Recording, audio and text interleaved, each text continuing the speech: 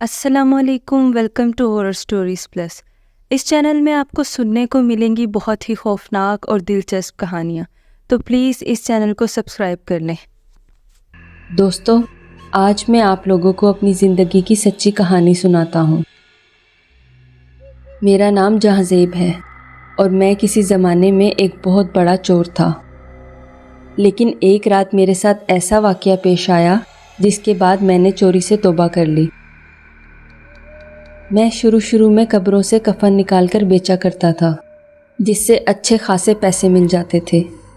اس کے بعد ایک دوسرے ملک کے انگریز کو جب میری کفن چوری والی عادت کے بارے میں پتہ چلا تو اس نے مجھ سے رابطہ کیا اور کہا، اگر تم نوجوان لوگوں کے مردہ جسم ہمیں قبروں سے نکال کر دو گے تو ہم تمہیں بدلے میں بہت زیادہ پیسہ دیں گے۔ مجھے کیسے اعتراض ہو سکتا تھا؟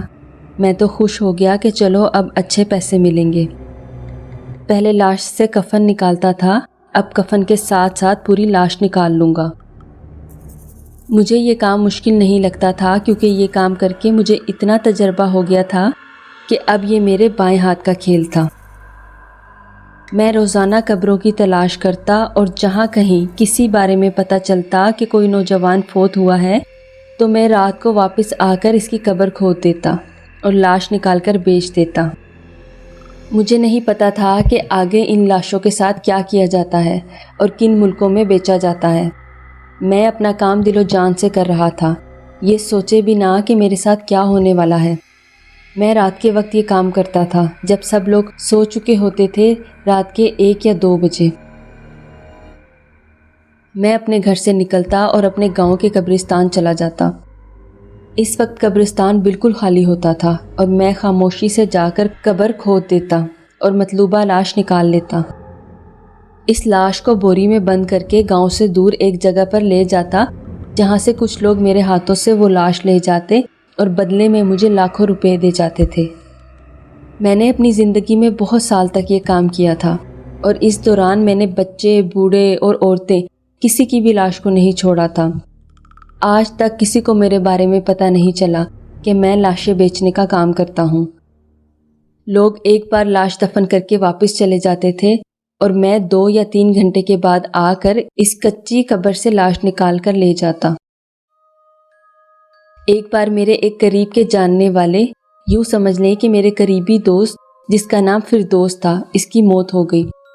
میں اس کے جنازے میں شریک ہوا۔ اس کی موت ہارٹ اٹیک سے ہوئی تھی۔ ہم لوگ فردوس کی لاش لے کر قبرستان کی طرف چلے گئے۔ قبر چونکہ پہلے سے ہی تیار تھی، اس لیے ہمیں زیادہ انتظار نہیں کرنا پڑا۔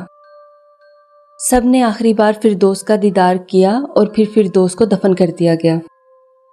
فردوس کو دفن کرنے کے بعد سب لوگ اپنے اپنے گھروں کو روانہ ہوئے۔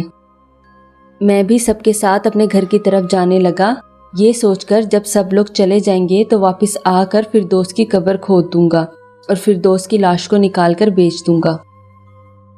2 گھنٹے بعد جب قبرستان بالکل خالی تھا تو میں واپس قبرستان میں گیا۔ اس وقت رات کے 2 بج رہے تھے۔ قبرستان بالکل سنسان تھا، سب لوگ اپنے گھروں کو جا چکے تھے۔ چلتے چلتے مجھے آگے سے کوئی آواز سنائی دی۔ میں نے سامنے دیکھا تو حیران ہوا۔ وہ فردوس کی قبر جسے ہم ابھی دفن کر کے آئے تھے، اس قبر کے پاس ایک لڑکا بیٹھا نظر آیا۔ میں حیرت سے کھڑا اس لڑکے کو دیکھنے لگا۔ وہ لڑکا وہیں قبر کے پاس ہی بیٹھا رہا۔ میں حیران تھا، جب ہم یہاں لاش دفن کرنے آئے تھے تب ہمارے ساتھ کوئی لڑکا نہیں تھا، تو اب یہ لڑکا کہاں سے آ گیا؟ وہ لڑکا فردوس کی قبر کے پاس سر رکھ کر زور زور سے رو رہا تھا۔ پہلی بار میرے ذہن میں یہ خیال آیا کہ وہ فردوس کا کوئی دوست ہے جو فردوس کی اس طرح موت پر رو رہا ہے۔ اب اس لڑکے کے سامنے میں فردوس کی لاش تو نہیں نکال سکتا تھا۔ میں نے سوچا چل کر دیکھتا ہوں آخر کیا معاملہ ہے، یہ لڑکا کون ہے؟ میں بنا کوئی آواز اٹھائے اس لڑکے کے پاس جانے لگا۔ قبرستان میں بہت اندھیرا تھا، لیکن عجیب طور پر وہ قبر اور اس کے پاس بیٹھا لڑکا مجھے صاف نظر آ رہا تھا۔ چلتے چلتے میں اس لڑکے کے پاس پہنچا، وہ میری طرف پیٹھ کر کے بیٹھا تھا۔ میں نے مدھم آواز میں اس لڑکے کو مخاطب کر کے پوچھا،